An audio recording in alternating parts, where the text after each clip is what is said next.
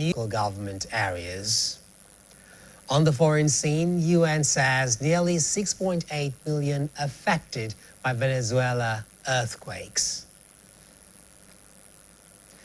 Good evening, and thank you for joining us on News Around the World here on BCOS television. I am Idowu Shekoni. On the sign language corner is Shakirat Ogundeji. The independent national copy of the Federal High Court judgment in Lokoja, which set aside an earlier order directing the registration of the Nigeria Democratic Congress as a political party. INEC's Chief Press Secretary Adedayo Ketola said the Commission is aware of the judgment but will not comment on its specifics until its legal department receives the studies the certified true copy, after which it will take a lawful decision in line with the court's directives. The Federal High Court ruled that the rights of the Peace Movement Party were affected by the earlier judgment, ordered all parties to return to their positions before the December 2025 ruling, and directed a fresh hearing with all necessary parties joined. Meanwhile, the Nigeria Democratic Congress has rejected the ruling, announced plans to appeal the decision, and insisted that the party has not been deregistered, while INEC maintains it will reserve its position until it receives the certified true copy of the judgment. Gombe State Governor Inuwa Yahaya has commended the peaceful conduct of the local government election after casting his vote at a polling unit located at the Government Science Secondary School, Gombe, describing the exercise as smooth and orderly. The governor praised voters for their impressive turnout while also commending security agencies, election officials, and other stakeholders for ensuring a peaceful and hitch-free electoral process. Yahaya urged residents to remain peaceful, called on political parties and their supporters to accept the outcome of the election in good faith and to seek legal redress where necessary. He reaffirmed his administration's commitment to strengthening democratic governance and supporting elected council officials as the Gombe State Independent Electoral Commission conducts the election across the state's 11 local government areas and 13 development areas. The Nigerian Army has announced a major reshuffle of its senior officers, affecting key operational command, training, and staff appointments as part of efforts to strengthen national security and improve operational effectiveness across the country. The Chief of Army Staff, Lieutenant General Y.D. Shaibu, approved the strategic redeployment with Major General W.M. Dangana, appointed General Officer commanding 3 Division, Major General E.I. Okoro taking over 6th Division, and several other senior officers assigned to new command, training, and headquarters positions. The reshuffle also places greater emphasis on technology, intelligence, and military education, with Major General S.A. Emmanuel appointed Commander of the Nigerian Army Space Command, Major General O. Adigbe named Director of Intelligence and Security at Defense Headquarters, and other senior officers assigned to key training institutions. The Army High Command said the newly appointed officers are expected to demonstrate professionalism, innovation, and exemplary leadership, reaffirming its commitment to building a highly professional, combat-ready, and people-oriented force capable of addressing current and future security challenges. The federal government says it requires an estimated 4.55 billion naira over 3 years to recruit 122,696 health workers to fill vacant positions in primary healthcare facilities across 26 states. Following an assessment that revealed more than half of required positions remain unfilled, the Human Resource for Health and Project Management lead at the Sector-Wide Approach Coordination Office, Zayanatu Umar, said the recruitment drive under the World Bank-supported HopeGov program is aimed at improving the availability of qualified health workers, especially in underserved communities, with the Southeast recording the highest staffing shortage. Umar added that participating states currently average just 7.5 primary healthcare workers per 10,000 population, while the Performance Management Task Team is finalizing a human resource for health scorecard to strengthen accountability and improve healthcare delivery. The National Emergency Medical Treatment Committee said more than 2.41 billion naira has been disbursed for emergency health interventions since 2023, benefiting over 130,000 patients, while plans are on the way to expand emergency medical services to all 36 states, the Federal Capital Territory, and more local government areas. Meanwhile, the country coordinating mechanism said Nigeria has submitted its Global Fund grant cycle AIDS funding request, prioritizing health system strengthening, health insurance expansion, local pharmaceutical manufacturing, and improved coordination as the Basic Healthcare Provision Fund continues to drive universal health coverage across the country. The Kebbi State Command of the National Drug Law Enforcement Agency says it's arrested 166 suspected drug offenders, including 149 men, and 17 women, and seized more than 287 kilograms of illicit drugs between January and June 2026 as part of its intensified campaign against drug abuse and trafficking. The state commander, Rabiu Sokoto, said the command also rehabilitated 40 drug-dependent persons, conducted 62 war against drug abuse sensitization campaigns across schools, communities, workplaces, and religious centers, while 14 offenders were successfully prosecuted and convicted. He said this year's United Nations theme, the World Drug Problem, persistent issues, new challenges, innovative responses, highlights the need for greater prevention through education, awareness, and community engagement, warning that drug abuse continues to fuel crime, health challenges, and social disruption. The NDLEA commander added that the agency is working with the Kebbi State First Lady, professional bodies, and civil society organizations to strengthen the fight against drug abuse, urging residents to support collective efforts to eliminate illicit drug trafficking in the state. You're watching news around the world on BCOS television. We pause for a short commercial break. Please stay tuned. My skin is my identity, my strength. It's unique and deserves care made specially for me. New Nivea Radiant and Beauty Even Glow, enriched with 95% pure vitamin C and pulp extract.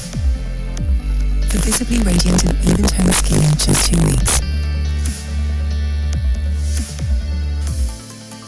New Nivea Radiant and Beauty Even Glow, for your shade of beautiful.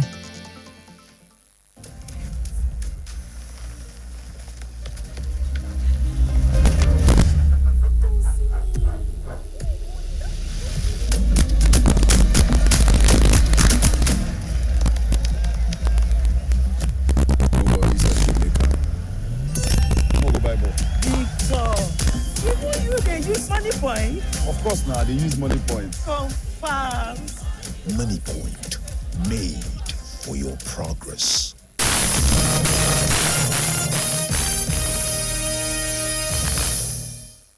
Welcome back.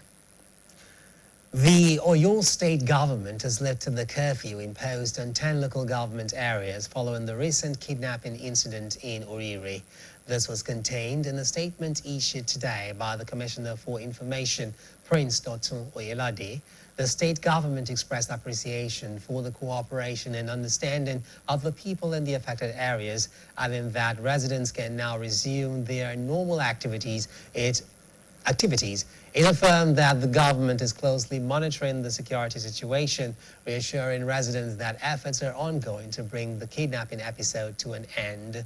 It would be recalled that the government initially imposed a 16-hour curfew on the affected communities before extending it with an additional one-day curfew on Thursday.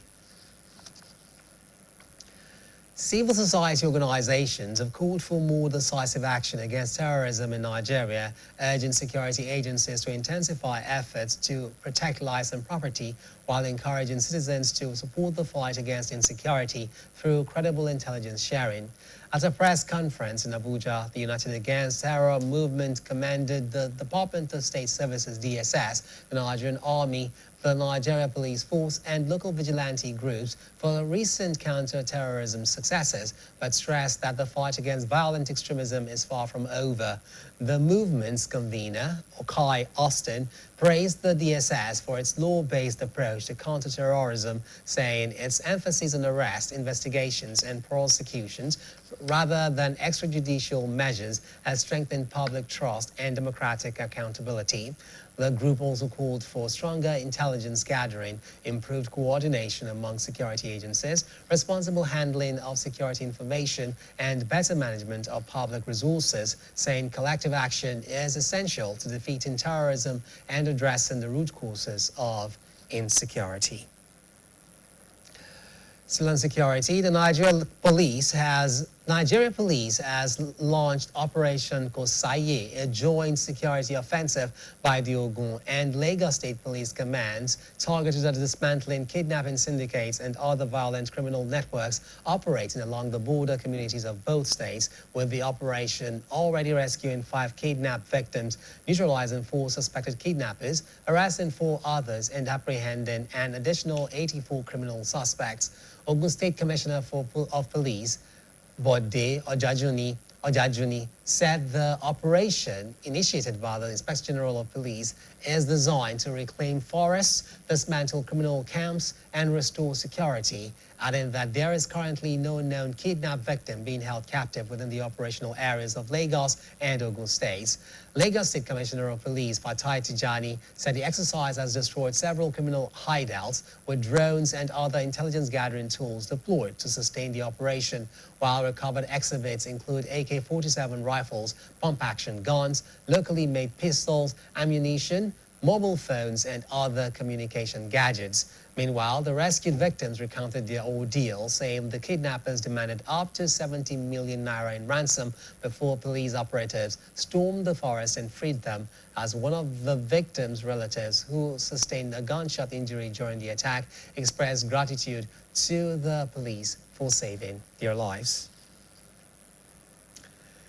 Parents have been urged to deliberately engage their children in productive activities such as reading, writing, library visits, and household chores, noting that children spend more time at home than in school.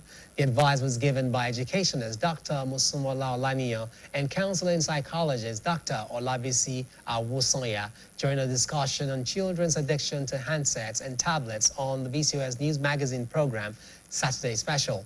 Our reporter, Fedora Falagboye, monitored the program and now reports. The growing addiction of children to handsets and tablets has become a major global concern, with experts warning of its far-reaching effects on education, health, behavior, and social development. The trend has heightened calls for increased awareness and the responsible use of digital devices among children. Speaking on the program, educationist Dr. Musumola Olaniyan noted that although handsets and tablets have become valuable tools for learning and communication, their excessive use is negatively affecting children's academic performance, concentration, and overall learning outcomes. She urged parents and schools to adopt deliberate measures to regulate children's use of digital devices through proper supervision and moderation, ensuring that technology serves as a learning aid rather than a distraction. With the use of these devices, that they are easily carried away. Their concentration span is so low. They don't want anything other than the devices. And so this is one of the reasons why there is so much poor performance academically, and it is one of the factors underrated, mostly underrated.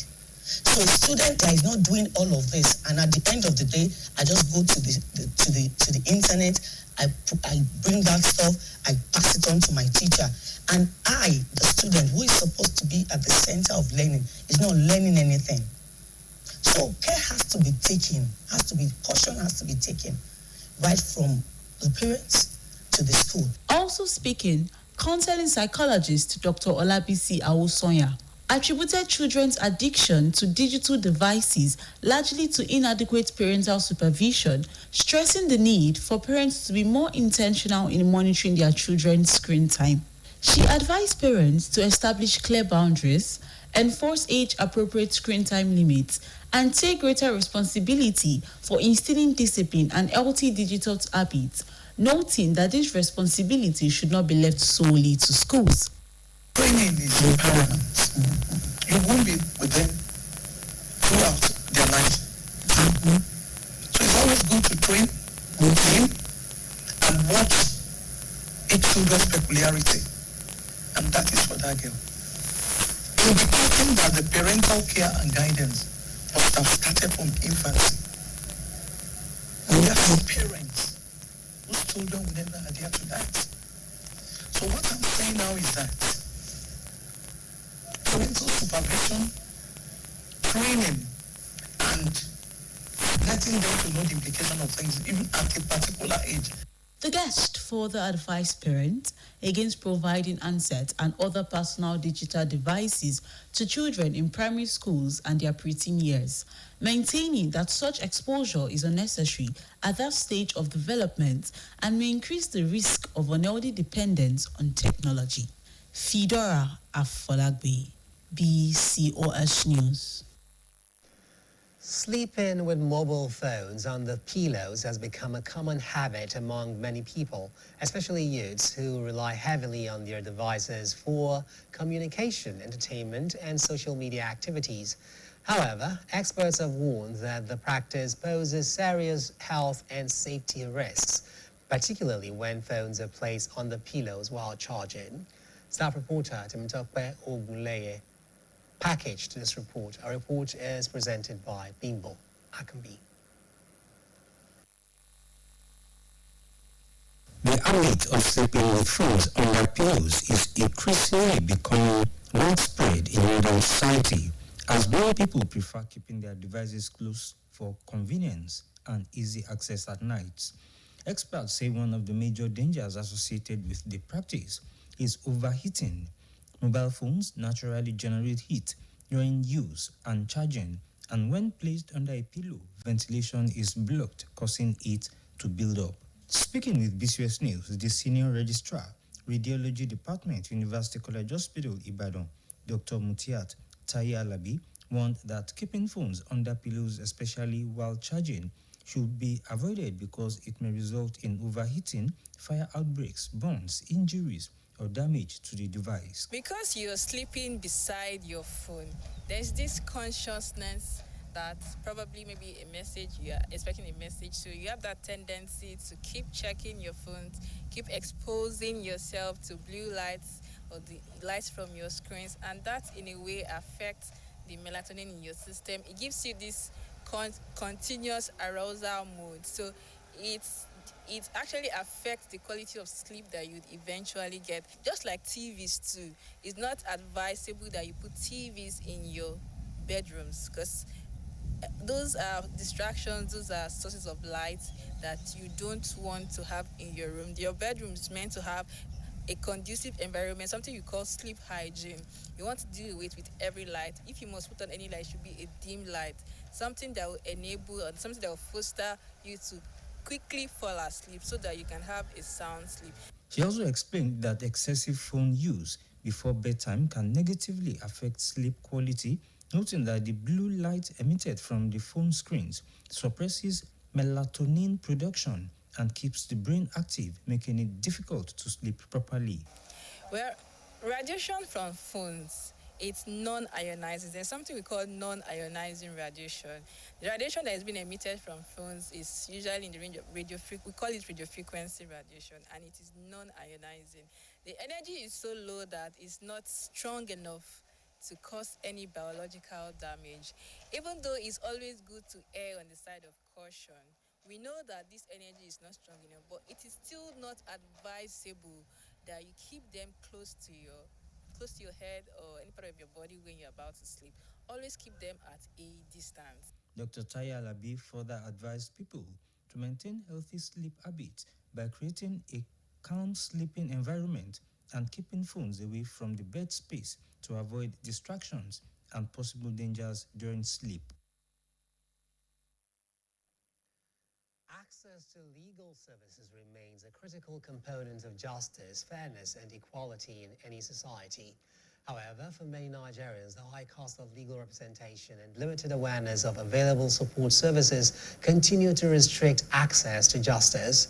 In this report, Oyeshiloye Oloyede examines access to legal services in Nigeria and ongoing efforts to ensure that justice is available to all citizens, regardless of their financial status. Access to legal services refers to the ability of individuals to obtain legal assistance and seek redress whenever their rights are violated or threatened. For many Nigerians, especially low-income earners and vulnerable groups, securing legal representation through private practitioners can be challenging due to the associated costs. Speaking with BCOS News, the Southwest Coordinator of the Legal Aid Council of Nigeria, Mrs. Olufumi Odutayo, explained that access to legal services means ensuring that every citizen, irrespective of social or economic status, has the opportunity to obtain justice and enjoy equal protection under the law. She identified financial constraints as one of the major barriers preventing many people from seeking legal assistance, noting that the cost of legal representation is often beyond the reach of vulnerable citizens. It is not all that easy for an ordinary citizen to access justice, but the federal government has made it a bit easier, and that is we have some federal agencies, federal parastatal like Legal Aid Council now, which is we stand in for the indigents. That is those who cannot afford to pay for the services of a private legal practitioner. The reason why I said no is that, before you can approach a private legal practitioner, of course, there's need for funds. So for them to access it, they need to be financially capable. But for those who cannot, that is the indigents. We have some apart from Legal Aid Council, we have other organizations too that are also making it possible for any ordinary citizen of the country to access justice. Mrs. Odutayo further explained that the Legal Aid Council operates offices across the country to provide free legal assistance and representation for indigent and vulnerable persons, ensuring that justice is not reserved exclusively for those who can afford it. Paucity of funds has been a major problem for an ordinary citizen, because for you to approach a private legal practitioner, you need to be a bit financially capable. At least you will not expect a private legal practitioner to make use of his money. But we still have what we call pro bono lawyers. There are still some lawyers who are not within the federal government agencies, that still working assiduously to make sure that justice comes to the doorsteps of every downtrodden, every citizen of the country. So paucity of funds is a major problem. But with Legal Aid Council, you don't pay for it. What you need to do is just to approach us. So you can be a walk-in client. They may introduce that person to us at the correctional center. It may be from the courts. So it may be a referral, anything. So it makes it a bit easier. So once you walk into us, you don't pay for the services that we render. She encouraged members of the public who require legal assistance but are unable to afford private legal services to take advantage of the support offered by the Legal Aid Council and other relevant agencies. As conversations on access to justice continue, stakeholders say strengthening legal aid services and increasing public awareness remain vital to ensuring that every Nigerian can pursue justice without financial obstacles. Oyeshile Oloyede, BCOS News. We have another timeout. Please stay tuned. Our bodies get serums, washes, lotions, cleansers, scrubs, but underarms only get deodorant? That's why our new breakthrough formula contains pure hyaluron and vitamin C to deeply care for your underarms for a softer and even skin tone in 2 weeks. With 72 hours sweat and odor protection, try the new Nivea Derma Control Natural Tone because your underarms deserve more. Nivea is for skin. Glad to know you're still there. Many people have been exposed to sugarcraft, a rapidly growing segment of the baking industry, yet its complexities are often misunderstood. Beyond decorating cakes, this skill offers lucrative career prospects and entrepreneurial opportunities. Our reporter, Oyeshile Oloyede, spoke with field experts to shed light on sugarcraft, identifying its scope, potential learners, and its role in fostering sustainable income streams. The craft of sugar work incorporates edible materials such as fondant, gum paste, and pastelage to produce decorative elements like flowers, figures, and complex cake designs. Over the years, it has emerged as a highly specialized and lucrative niche within the baking industry. According to Ms. Oluwadamilola Akinwande, a wedding cake specialist, sugarcraft is an acquired skill that requires creativity and patience. Certain professionals currently concentrate on specialized fields like crafting sugar flowers or manufacturing pre-made decorative items, thereby generating multiple revenue streams within the sector. She stressed that having passion, patience, and a strong mindset are crucial qualities required to excel in the field. Okay, sugar craft is like the things we can use to beautify cakes with sugar. We have the likes of sugar flowers, we have the likes of pastelage, we have the likes of royalizing. It can create employment opportunities. We have some people that the only thing they do in the industry is sugar flowers and they sell. We have some people that the only thing they do is part of their hustle in the industry is they make ready to use fondant and they sell. We can mold apple, all these fruits, banana, that you see on traditional cakes. All of them are sugar crafts. What I would say is the road will never be smooth. There will always be up and down. But if you are sure that this is what you want to do, you just have to stand on your feet. Come what may. You will not look at the journey, you look at where you are going. And with time, you look back and be grateful for your growth. A cake decorator, Mrs. Tawakat Basharu, also comments that while innate ability may offer an extra edge, sugarcraft is ultimately a skill that can be learned. She observed that those with an artistic inclination may have a propensity to craft more intricate and artistically pleasing designs. Yet with commitment, any individual can enhance their skills and attain success. Actually, sugarcraft sometimes can be inbuilt. That is someone that likes arts, working with arts, and most times you can learn it. I mean, what I see with time, with my years of training and years of baking, sugarcraft, you can create beautiful fruits with sugarcraft. You can create beautiful teddy bears with sugarcraft. You can create flowers. You can create molds. You can a lot of things with sugarcraft. You can even make a car, make a baby. As a baker, if you're a sugarcraft artist, you're very good at sugarcraft, and you don't get jobs like cake jobs and all.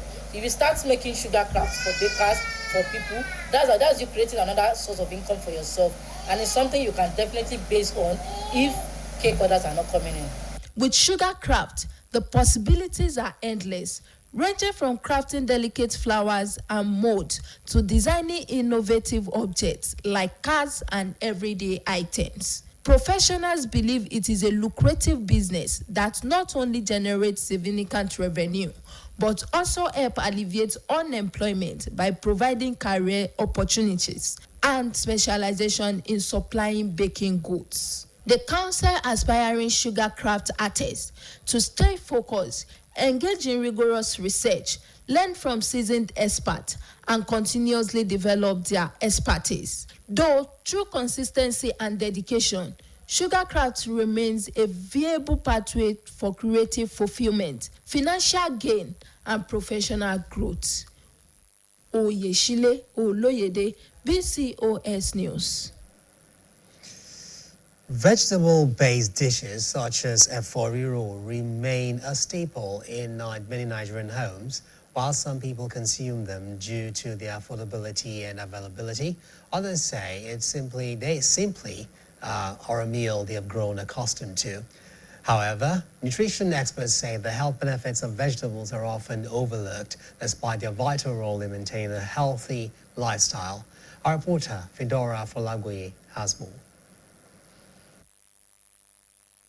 Vegetables are edible parts of plants, including leaves, roots, and fruits. Known for their rich supply of vitamins, minerals, and dietary fiber essential for healthy living. Health experts continue to emphasize the importance of including vegetables in daily diets, particularly for their role in supporting body functions and preventing illness. In many Nigerian households, vegetable-based meals like eforiro provide a practical and nutritious option. Prepared with leafy greens, peppers, and other ingredients, the dish not only enhances flavor, but also helps meet daily nutritional requirements. Regular consumption of vegetables has been linked to improved digestion, stronger immunity, and a reduced risk of chronic diseases, while it has a long-term well-being effect when it is incorporated into everyday diets. In an interview with BCOS, a nutritionist, Dr. Oluwasegun Adio, described vegetables as low in calories but high in fiber and essential nutrients. He identified key nutrients found in vegetables as including potassium, vitamins K, C, and A, folates, calcium, iron, fiber, and other beneficial phytochemicals.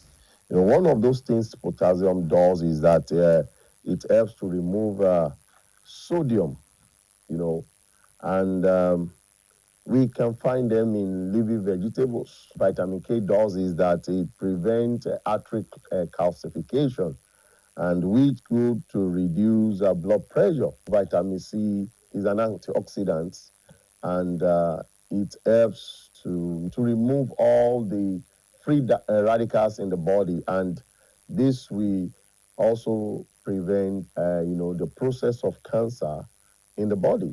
Folate is very important for cell divisions, so it also helps preventing cancer in the body. Vitamin A, we can get that one in beta carotenes. It helps the eye and the skin, to have a healthy skin. We can also get calcium from vegetable, which is also we have a strong bone. He further noted that the recommended daily intake of vegetables is about 400 grams to achieve optimal health benefits. Dr. Adio, however, cautioned against common preparation methods that reduce nutritional value, such as soaking vegetables in hot water, overcooking, and discarding the water used during preparation, which often contains essential nutrients. What are the mistakes we make? Some of the time when we want to cook vegetables, the leafy vegetables, what we do is that we cut, then we now put it sometimes in a hot water. By the time you cut and put it in hot water, all the nutrients will have gotten into that water, and we throw away that water.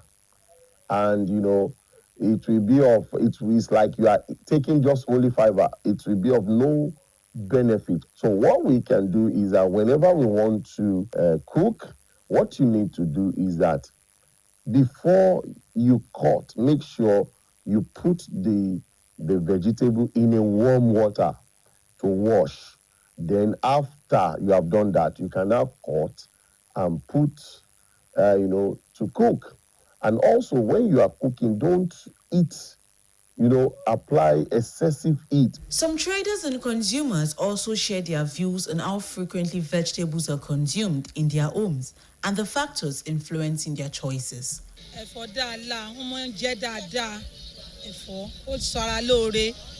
wọ́n ń jẹ dáadáa gan ni ó ń ṣiṣẹ́ lára dáadáa o ẹ̀fọ́ ó ń ṣiṣẹ́ lára ó ń fara lókun kò sí ẹni tí ń jẹ ẹ̀fọ́ tó yẹ pé kò ní fún ní vitamin ó fún yàn vitamin ọmọ jáde èèyàn ọ̀dán ó sì dá lára kò sígbà táwọn èrò ẹ̀fọ́ ó lè jẹ́ ọjọ́ ojúmọ́ kò sí káwọ̀ ọmọ rò káwọ̀ ọmọ jẹ nítorí mọ́ dá lára. ẹ̀fọ́ dá lára ó dáa fún lóyún ó tún dáa fún àwọn míì tí ètò ń so lóyún torí ẹ̀fọ́ ó máa ń tún flush gbogbo ìdọ̀tí ara ẹ̀fọ́ fún ẹ̀ a máa ń jẹ́fọ́ bí ẹ̀mẹ́ta lójúmọ́ torí pé àwa láìkẹ̀ wọ́n dẹ̀ máa ń sọ lọ́sítà gan pé ká máa jẹ. Vegetables are versatile and can be incorporated into a wide range of meals, including rice, yam, and potatoes, or prepared as soups. The importance of consuming vegetables cannot be overemphasized, as they remain essential for maintaining good health and preventing a range of diseases. Fidora Afolagwe, BCOS News. All right, we now go over to the sports segment of the news. Please don't go away. Good evening and welcome to the sports segment. I am Boluwaji Ogumola. Ondo State Football Agency Chairman Divine Ogbonaya has commended Sunshine Queens FC for their impressive run in the President Federation Cup. The Akure club were eliminated by National Amazons in the semi-finals. Ogbonaya described the feat as the club's best campaign since 2015. He credited the team's determination, resilience, and renewed fighting spirit for reaching the last four this year. Ogbonaya also singled out technical advisor Tayo Onelude for praise despite the defeat to National Amazons in the semi-finals. National Amazons and Atlant Queens will play in the final of the 2026 President Federation Cup in Asaba next month. 7 African nations have secured places in the round of 32 at the ongoing 2026 FIFA World Cup, marking a strong showing for the continent at the expanded tournament. Out of the 10 teams representing the continent, Morocco, South Africa, Cote d'Ivoire, Egypt, Cabo Verde, Senegal, and Ghana have so far confirmed their places in the knockout stage. Algeria and DR Congo remain in contention ahead of their final group matches on Sunday, June 28. Morocco finished runners-up in Group C after a 4-2 victory over Haiti, setting up a round of 32 clash against Group F winners, the Netherlands, on June 29. Argentina head coach Lionel Scaloni has confirmed that he will leave Captain Lionel Messi on the bench for their last 2026 World Cup group game against Jordan. The champions have already qualified for the round of 32 thanks to victories over Algeria and Austria. Messi has scored all 5 goals for Scaloni's men at the tournament, but the Inter Miami superstar is said to be given a rest as the knockouts looms. Away from the FIFA World Cup, the National Sports Commission (NSC) has expressed confidence in Team Nigeria's athletics squad following the invitation of 29 athletes by the Athletics Federation of Nigeria (AFN) as preparation intensifies for the 2026 Commonwealth Games. The athletes have joined representatives from other sports at the national camp in Abuja, where they will continue preparations before departing for a 3-week high-performing training camp in Aberdeen, Scotland, scheduled to commence on July 2. The athletics squad is headlined by world-renowned sprint hurdler and 2-time Commonwealth Games champion Toby Amusan, whose experience is expected to provide leadership as Nigeria targets a successful outing in Glasgow. The commission noted that the Abuja camp is designed to provide the athletes with the technical, medical, and logistical support needed ahead of the final phase of operations in Scotland. Finally, heavyweight champion Alexander Usyk said on Friday that he was vacating his 3 boxing world title belts but is not retiring. The 39-year-old Ukrainian, who is unbeaten in his professional career, said that he wanted to make them free so that the guys who are in line for them can box. Usyk's announcement came just a month after he came close to a shock upset defeat to kickboxer Rico Verhoeven. Usyk needed a highly controversial 11th round stoppage to turn the tables on the Dutchman, who had been leading on the scorecard up to that point, despite taking part in only his second boxing bout. And that's sports. Thanks for watching. Thanks, Buluaji, for the sports stories. On the foreign scene, the United Nations says up to 6.76 million people may have been affected by the twin earthquakes that struck Venezuela on the 24th of June, with a disaster claiming about 920 lives, leaving more than 50,000 people missing and causing widespread destruction, particularly in La Guaira and other coastal communities. The International Organization for Migration, IOM, said the satellite analysis conducted with Microsoft AI for Good Lab showed that more than 31% of buildings in Casilla La Mar were damaged, helping humanitarian teams identify the hardest hit communities for emergency assistance. The UN Migration Agency said it has begun deploying the prepositioned relief items, including emergency shelter materials, safe water, sanitation support, healthcare, and protection services, while working with the Venezuelan government and other partners to scale up the response. The United Nations has urged the international community to provide swift humanitarian support, warning that displacement is expected to rise and that timely assistance is critical to saving lives, reducing suffering, and supporting long-term recovery. The Central African Republic has declared a cholera outbreak after confirming 197 cases and 24 deaths in the health districts of Bimbo and Mbaiki near the capital Bangui, with health authorities activating emergency response measures to contain the disease. Health Minister Pierre Somse said containment efforts are already underway in the affected areas, while additional preventive measures are being extended to nearby communities to limit the spread of the waterborne disease. Authorities are investigating the source of the outbreak, the fifth recorded in the country, where limited access to clean water continues to increase the risk of cholera transmission following a 2016 outbreak that infected more than 500 people and claimed 23 lives. The government has urged residents to observe all health advisories and preventive measures as the country also remains on high alert over a deadly Ebola outbreak in neighboring Democratic Republic of Congo. To end news around the world, here again are the top stories. The Independent National Electoral Commission says it has yet to receive the certified true copy of the Federal High Court judgment in Lokoja, which set aside an earlier order directing the registration of the Nigeria Democratic Congress as a political party. The Oyo State government has lifted the curfew imposed on 10 local government areas following the recent kidnapping incident in Oriri. And on the foreign scene, the United Nations says up to 6.76 million people may have been affected by the twin earthquakes that struck Venezuela on the 24th of June, with the disaster claiming about 920 lives, leaving more than 50,000 people missing and causing widespread destruction, particularly in La Guaira and other coastal communities. BCOS TV is now on Niger TV app, and you can watch us from any part of the world.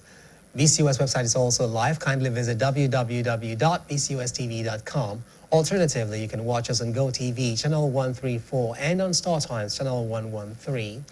Now, before I go, if you see something suspicious, alert the authorities for timely response. Be vigilant. That's news around the world from me and the team here. Thanks for watching. Good night.